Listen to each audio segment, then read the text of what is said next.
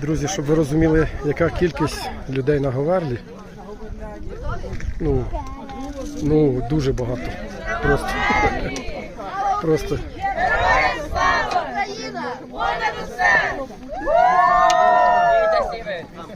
Отака, друзі, кількість людей. Ну, дуже багато. Зараз трошки вже похолодало. Буковель зараз покажу.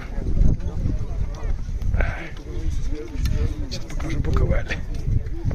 Ось бачите, там десь Буковель. Це Буковель видно. Буковель. Ну, взагалі, тут все видно. Петрос видно, там десь ні, Петрос тут не видно.